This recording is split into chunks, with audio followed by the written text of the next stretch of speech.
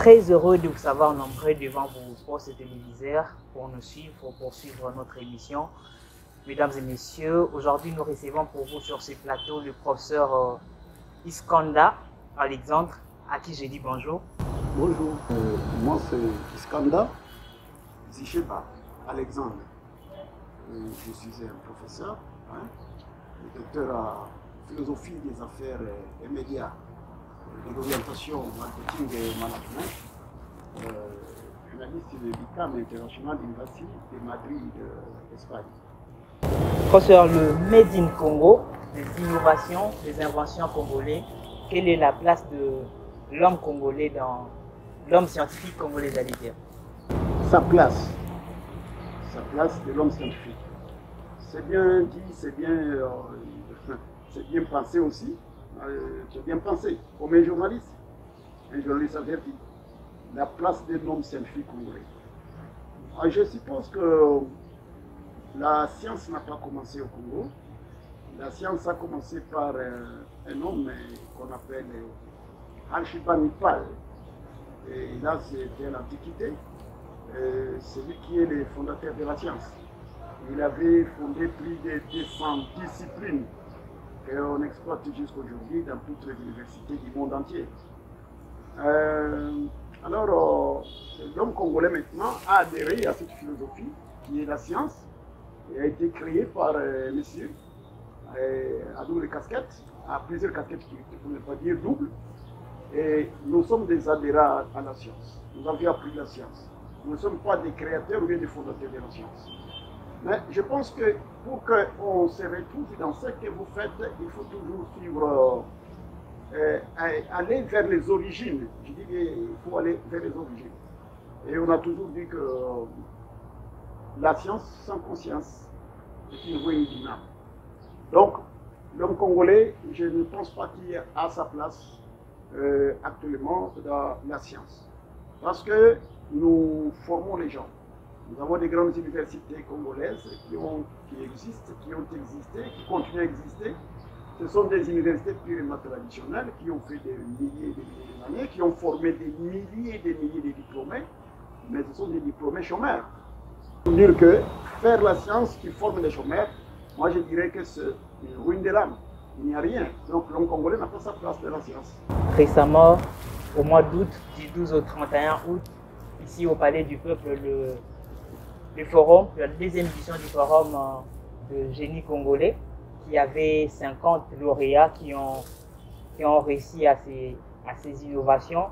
Maintenant, il y avait quelque chose qui m'avait moi personnellement choqué. Il y a eu un des innovateurs congolais qui a déploré, qui a accusé un certain monsieur appelé Roli Chibangu de l'avoir bloqué lorsqu'il avait innové.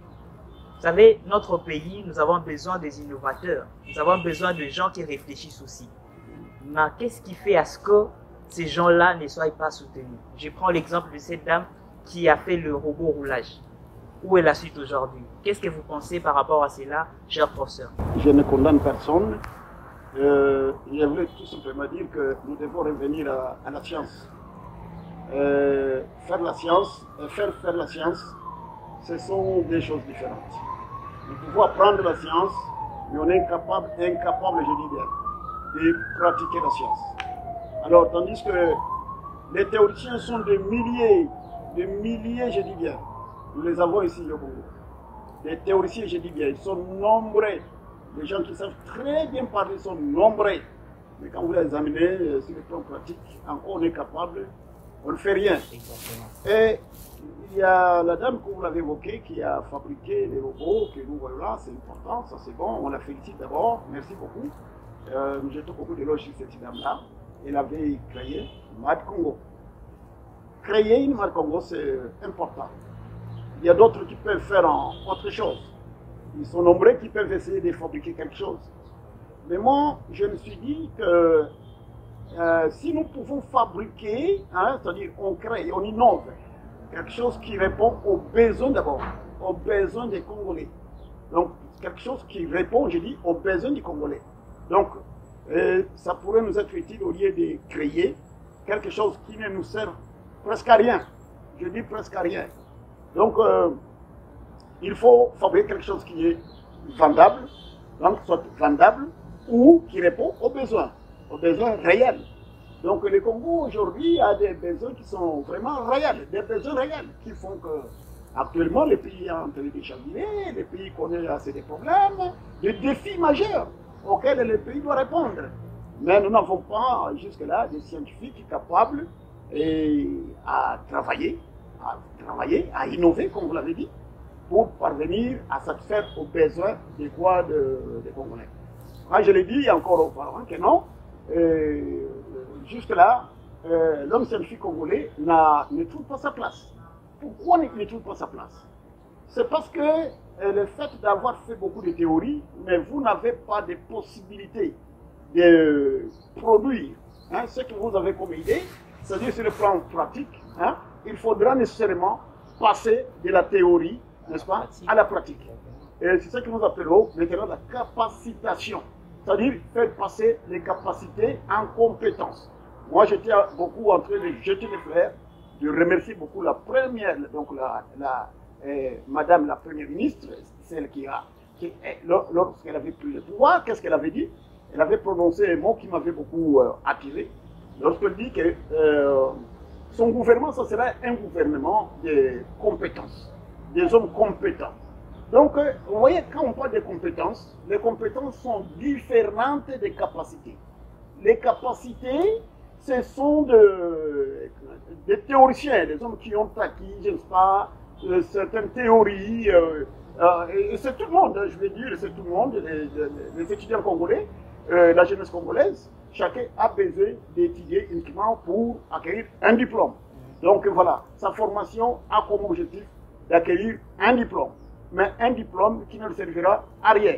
Mais si on pouvait peut-être s'adapter aux pays développés, il y en a plusieurs pays développés aujourd'hui. Les pays développés, qu'est-ce qu'ils font? Ils ont retrouvé un mécanisme qu'on appelle VAE. V-A-E. Et ce VAE, c'est quoi? Les besoins de valorisation. Et les A, c'est l'acquis, et E, c'est l'expérience. Valorisation d'acquis, d'expérience. Donc, vous voyez, il y en a deux volets dans la valorisation d'acquis d'expérience. Donc, ce qui fait que les pays comme la France, je ne sais pas, la Belgique, et tous ces pays européens, comme aux États-Unis d'Amérique et en Asie, ils se distinguent. On les appelle des pays développés. Et nous avons aussi des pays développés. Il y a des pays en voie de développement et nous avons des pays sous-développés. C'est ça la catégorie dans laquelle nous nous retrouvons aujourd'hui. Or, mais vous trouvez que donc, notre pays est riche en potentialité à tous les niveaux. Donc, nous avons beaucoup d'histoires produites d'une façon brute, que nous vendons encore d'une façon brute, parce que nous sommes incapables de faire quoi? De transformer. Alors, ça doit commencer par la transformation de ces capacités-là, de ces théories-là, en compétences. Or, pour transformer les capacités en compétences, il faut nécessairement, je dis bien il faut nécessairement, ce sont des petites leçons. Ce sont des petites formations qu'on peut ajouter à quelqu'un qui a déjà un diplôme, et on lui ajoute quelque chose pour qu'il soit capable de passer de la théorie à la pratique. Mais aussi, le deuxième volet, c'est quoi? Le deuxième volet, c'est parce que nous avons aujourd'hui, si vous allez vous circuler les pays, vous verrez que nous avons un grand nombre, je dis bien un grand nombre de la jeunesse, n'a pas étudié, mais qui sont maintenant sur le terrain, sont capables de fabriquer, de travailler, de manifester en quoi ils sont capables. Par exemple, il y a des métiers, le tailleur, vous voyez, le tailleur, le mécanicien, des charpentiers, des trucs comme ça. Ils n'ont pas appris ça à l'école. Je vous dis, ils n'ont pas appris ça à l'école. Ils n'ont pas de théorie, mais sont capables de vivre avec les familles, de valoriser ce qu'ils ont comme compétences, et vous verrez qu'ils vivent comme toute autre personne. Et il y a ceux-là qui sont devenus riches uniquement parce qu'ils ont manifesté ce qu'ils ont comme, je ne sais pas, compétences. Mais vous, en vos qualités, je ne sais pas, de diplômés, je ne sais pas, avec votre diplôme de licence qui a fait 15 ans, 20 ans, dans votre sac, et vous tournez toute la ville en train de chercher l'emploi, vous n'avez jamais attrapé l'emploi, et ça devient pire plus que lorsque vous étiez encore à l'école. Mais moi, je voudrais dire ceci, lorsque nous sommes capables d'abandonner d'abord ce qui est comme théorie, et de nous baser beaucoup sur la pratique, il faut encore changer ce pays. n'est-ce pas c'est le système éducatif de notre pays qui bloque aussi. Parce que on étudie plus de 20 ans pour commencer à chercher un emploi après. N'est-ce pas notre système qui est aussi d'autre part mauvais? Effectivement, c'est un problème d'adaptation. Je dis d'adaptation. Parce que le monde avance. Quand les choses avancent, comme je l'ai dit, il faut que nous adaptons notre système éducatif, hein, à la manière dont les choses sont en train d'avancer. Actuellement, nous sommes en train d'aborder beaucoup dans ce qui est en rapport avec les innovations technologiques. Et vous aviez entendu, la fois passée, les chefs de l'État qui s'est déplacé vers la Chine, n'est-ce pas? Vous aviez entendu, vous aviez suivi ça? Oui. Se déplacer pour la Chine avec un seul objectif, soutenir, appuyer, n'est-ce pas, le ministère de quoi? Des recherches scientifiques et les innovations technologiques. Voilà la chose essentielle qui nous manquait. La chose essentielle qui nous manquait. Si toutes ces universités-là, si aujourd'hui toutes nos universités peuvent tourner les dos, on abandonne d'abord une partie de nos théories, on fait nourrir les enfants de la théorie, on les amène, on nourrit maintenant ces récipiendaires-là, ces étudiants-là, avec la pratique. Donc voilà l'élément qui peut nous aider à changer. Et ce que je peux regretter, c'est parce que maintenant, dans les côtes, je dis bien dans les côtes, à l'université, quand on cote un étudiant, et même des cours que nous enseignons à l'université, vous verrez qu'il y a des cours de 45 heures, 30 heures par exemple. Mais on va vous dire que ces cours-là de 45 heures, il y a 30 heures de théorie et il y a 15 heures de pratique. Où font la pratique ces étudiants-là? Où est-ce qu'ils font la pratique? Déjà, une université oui. Elle-même qui organise la médecine, oui. elle n'a même pas un centre de santé. Voilà par exemple. C'est choquant, c'est très dangereux. Donc moi je pense que l'État doit avoir un œil ouvert, surtout d'aider nos étudiants, nos récipiendaires et ces universités à changer leur manière de fonctionner. Maintenant, qu'est-ce que nous pouvons faire, vous étant des scientifiques, qu'est-ce que vous pouvez suggérer pour pallier à ces problèmes, pour que l'homme scientifique congolais parvienne à innover, à créer des choses qui peuvent servir notre pays à se développer ou soit au changement? La première chose, c'est le recyclage. Quant à moi, c'est d'abord le recyclage des professeurs. Donc nous avons des professeurs qui ont eu des diplômes il y a plus de 50 ans, qui ont des diplômes il y a plus de 40 ans. Et ce qu'il a appris, ce que lui il a appris, c'est ce qu'il enseigne aujourd'hui. Or, ce qu'il a appris à l'époque, il n'actualise pas. Alors, notre université, nous avons un professeur qui n'actualise pas son cours après un trimestre, donc 3 mois après, il n'a pas actualisé, ou il est mis à côté. Okay. Il ne peut pas enseigner ses cours. J'ai dit chez nous, dans notre université. Donc, il faut que chaque trimestre, un professeur soit capable d'actualiser, par rapport avec les développements, n'est-ce pas? Alors, mais vous trouverez, je ne sais pas, dans plusieurs universités, les cours qui ont été enseignés depuis l'année 1970, c'est le même cours que ces professeurs enseignent jusqu'à aujourd'hui. Alors moi, je me dis, bon, avec ce développement, c'est comme s'il ramenait quelqu'un encore à l'Antiquité. Ça, c'est le premier élément. Donc, il faut nécessairement, parce qu'on puisse encore revoir ce système éducatif. Deux, ces universités aussi doivent s'adapter. Parce qu'il y a des facultés qui ont été créées il y a plus de 40 ans, 50 ans, des facultés d'économie, des facultés... Bon. Mais toutes ces facultés, ce sont des vieilles facultés qui ne peuvent pas répondre aux besoins des Congolais. Le Congo aujourd'hui a besoin de se développer aussi, hein, en rapport avec cette nouvelle technologie. Ouais. Est-ce que vous savez qu'il y a des professeurs qui ne savent même manier, ne savent pas même manier l'ordinateur? Alors qu'il est enseignant d'informatique, oui, j'ai dit carrément. Il enseigne l'informatique, il dessine l'ordinateur. Oui. Et vous verrez tous ces professeurs-là, quand ils entrent dans un cybercafé, quand ils entrent dans un secrétariat public, un vieux papa comme ça, avec un ventre de donnant là, avec les cheveux blancs comme moi, il se met devant un petit garçon de 15 ans, de 12 ans, de je ne sais pas, de 17 ans, et c'est ce petit-là qui est de faire quoi? Qui fait la saisie pour lui. Donc, vous comprenez que c'est vraiment très dangereux. Vous voyez? Donc, moi, je pense qu'il faut non seulement recycler la classe professorale, mais aussi, il faut que les universités aussi s'adaptent, n'est-ce pas, adaptent leur altiméteur, leur le système, les facultés, n'est-ce pas, aux besoins du pays.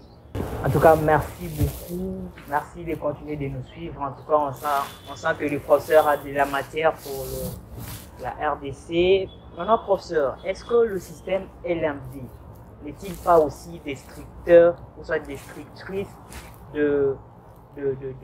des enfants, ou soit de nos étudiants? Parce qu'il y a certains qui contestent cela. Certaines universités sont restées dans les anciens systèmes. Ils sont en train, donc, les étudiants, ils étudient, mais il n'y a pas de pratique. Comme par exemple, je sais une université qui enseigne la médecine, mais il n'y a même pas un centre de santé. Il enseigne l'informatique, mais il n'y a pas des ordinateurs, il n'y a pas de laboratoire, il n'y a pas de cyber pour permettre aux étudiants de faire cette pratique. D'ailleurs, les enseignants eux-mêmes ne viennent même pas. C'est leurs assistants qui viennent. Et quand ils viennent, c'est trop de caprices, c'est trop d'exigences, alors qu'il n'y a même pas un endroit pour mettre de la pratique. Est-ce que, n'est-ce pas, c'est aussi une occasion de chute pour l'éducation congolaise? Et c'est là où je voulais chuter. Bon, avant d'y arriver, je voulais aussi citer un troisième élément qui est important aussi. J'ai parlé d'abord du recyclage du corps professoral. J'ai parlé de l'adaptation de notre système éducatif au système des standards internationaux, actuellement qu'on appelle LMD. Ça, le système des standards internationaux. Donc, les LMD. Les LMD n'a pas vu le jour hier, avant-hier. Les LMD, ça existait. Par exemple, notre université en Espagne. Il y a plus de 25 ans depuis que nous exploitons ce système. Et cette université aujourd'hui, je vous informe qu'elle s'est répandue dans 85 pays du monde. Je dis bien, elle se répandue rapidement dans plus de 85 pays du monde. Vous savez qu'est-ce qui a fait à ce que cette université puisse se répandre sur toute l'étendue du planète? C'est parce que le système académique de cette université dirigé par M. Martin, c'est un Espagnol. C'est un homme qui s'est beaucoup expérimenté dans l'enseignement à distance. Hein? Il s'est beaucoup expérimenté dans l'enseignement à distance. Et maintenant, aujourd'hui, il a des représentations dans 85 pays. Et vous verrez que les diplômes, on ne donne pas un diplôme chez nous comme si on donnait, je ne sais pas, un simple papier. Non. Nous, quand on vous donne un diplôme, c'est une qualification en rapport avec l'expérience que vous avez acquis comme expérience. On doit savoir en quoi vous êtes capable. Donc ce n'est pas un diplôme, ce n'est pas un simple papier. Ici, on a remis un diplôme à quelqu'un, il est passé avec grande distinction, il est passé avec distinction. Bon, tout ça, ce n'est que zéro. Parce qu'il est passé avec grande distinction, mais à la fin, vous trouvez quelqu'un commencer à aller à gauche à droite pour chercher son emploi. Je voulais dire que ce système LMD, LMD qui signifie licence, master, donc ou bien maîtrise en français, licence, maîtrise, doctorat. Je dis qu'il y a plus de 25 ans que nous sommes dans ce système-là. Aujourd'hui, au Congo, je vous dis carrément, il y a plus de... Donc, depuis l'an 2019, j'ai organisé des conférences avec beaucoup de professeurs au CIDEP en 2019. J'ai organisé des conférences à la force terrestre des forces armées congolaises avec des généraux et des colonels, où j'ai parlé de ce nouveau système de standards internationaux, donc LMD. Et je disais que les gens le veulent ou pas, c'est là où va le monde aujourd'hui, pour nous faire sortir de ce qui est traditionnel et nous amener dans ce système-là qui est purement de la nouvelle technologie. Dans le monde aujourd'hui, le monde entier évolue. Donc vous allez aux États-Unis d'Amérique, vous allez en Europe, vous allez en Asie, partout là-bas. Il y a plusieurs pays africains qui ont fait des avancées positives. Hein, parce que ce pays-là ont adapté et adopté. Je dis, ont adapté et adopté le système éducatif LMD. Donc, je dis bien des standards internationaux. Tandis que maintenant, ici dans notre pays, il y a ceux-là qui refoulent, qui résistent. Et ceux-là qui résistent parce qu'ils sont de l'ignorance. Moi, je dis, c'est une ignorance. Or, l'ignorance tue. Je dis, l'ignorance tue. C'est un péché. Un péché grave. Un péché impardonnable.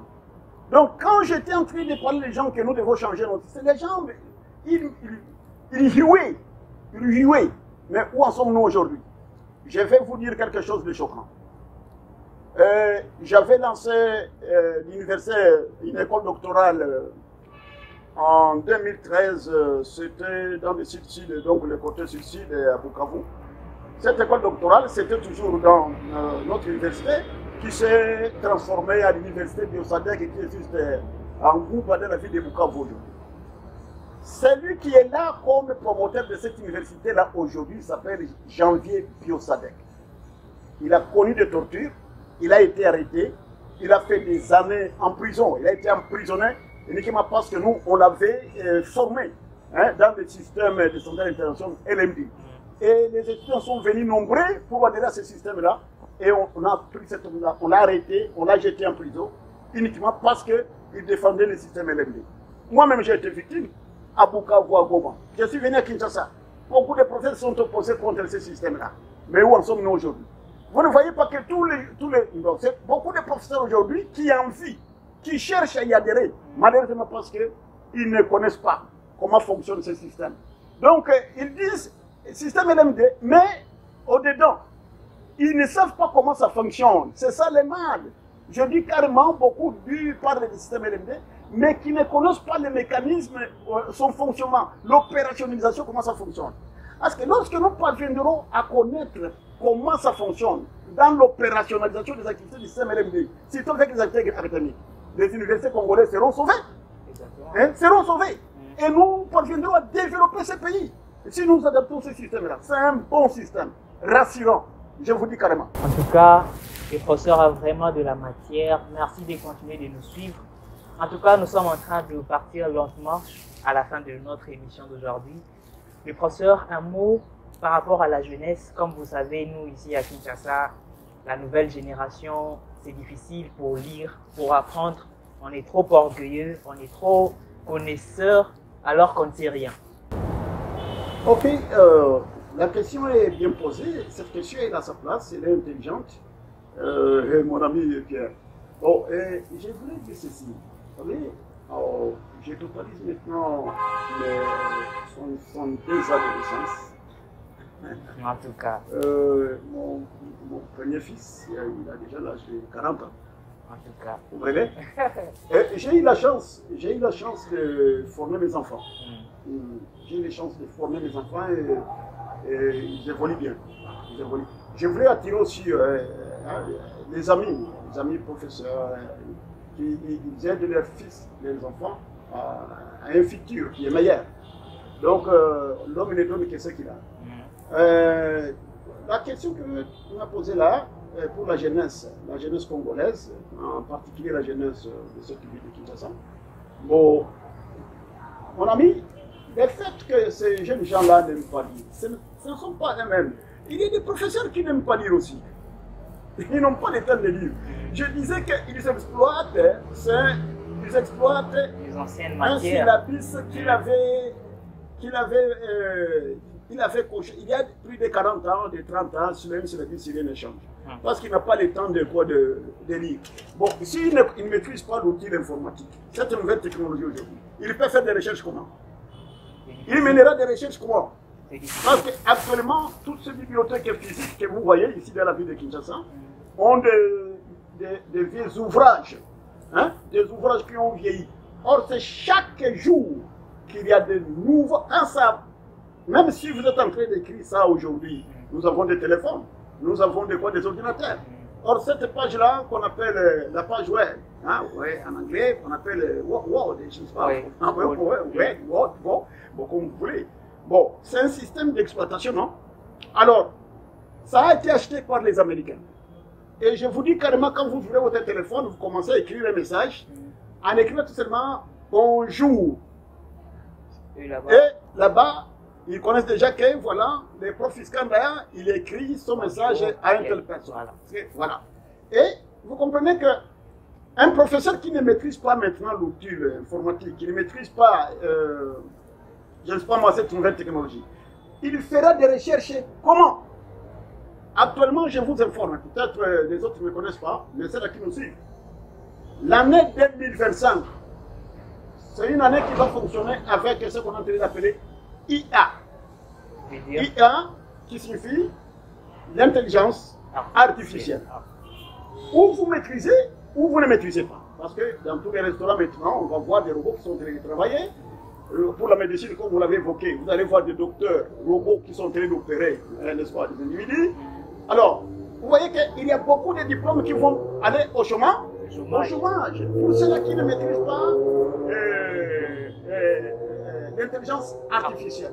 Donc, tu ne sais pas manier cela, tu n'auras pas d'emploi. C'est-à-dire ton diplôme là que tu gardes dans ton sac, même ton doctorat là, tu deviendras comme, je ne sais pas, illettré. Donc, on les appelle les analphabètes.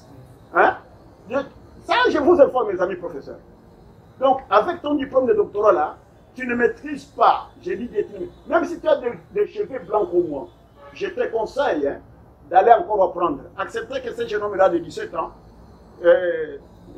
tu te retrouves devant ce jeune homme-là de 17 ans pour te former en informatique, pour te former dans les outils avec la nouvelle technologie, et beaucoup plus, hein, pour ceux qui ont déjà la connaissance avec la nouvelle technologie, approfondissez tous et allez déjà dans la connaissance de l'utilisation de l'intelligence artificielle, savoir comment ça fonctionne. Je crois que c'est comme ça. Mais si vous continuez à refouler, oh non, ça ne viendra pas. Moi, je vous dis, le monde de demain ne sera pas comme celui d'hier. Donc, ça avance, le développement, tu ne sauras pas, si tu ne veux pas avancer avec ce qui avance, on va te ramener chez vous à la brousse pour aller vivre de la brousse et cultiver les maniocs. Donc, c'est ça, moi je vous informe. Et alors, c'est ça qui fait que nos jeunes gens qui n'aiment pas lire, ils ont un problème. Quel est le problème? Parce que la science aujourd'hui, elle n'est pas productive. Parce que on a toujours dit que le ventre créé n'a pas d'oreille. N'est-ce pas? Alors, un jeune qui est en train de se bousculer, voir si aujourd'hui il peut gagner son pain. Il bouscule hein, pour voir si aujourd'hui il peut gagner son pain. Il aura combien de temps pour lire un ouvrage? Il n'a pas de temps pour lui parce que le ventre est vide. Mais si notre science était une science qui est en train de produire, c'est-à-dire que les gens que nous formons sont des personnes qui sont capables de créer des emplois. Donc la création des emplois. Non, on ne devait pas avoir beaucoup de chômeurs aujourd'hui. C'est ça qui peut développer notre pays. Je vais vous donner un exemple. Et pour ceux-là qui ont des diplômes, mais qui manquent de l'emploi, qui sont en train de trimballer, chercher l'emploi, depuis que tu as commencé il y a déjà 3 ans, en train de postuler mais tu ne trouves pas d'emploi, je t'invite de venir chez nous. Venez à l'université Business International University. Tu suivais une petite formation tout simplement de 3 mois et on va te donner encore une matière qui va t'aider. Hein? La matière qui va t'aider à transformer tes théories en pratique. Je dis, tu auras des capacités pour savoir transformer tes théories en pratique.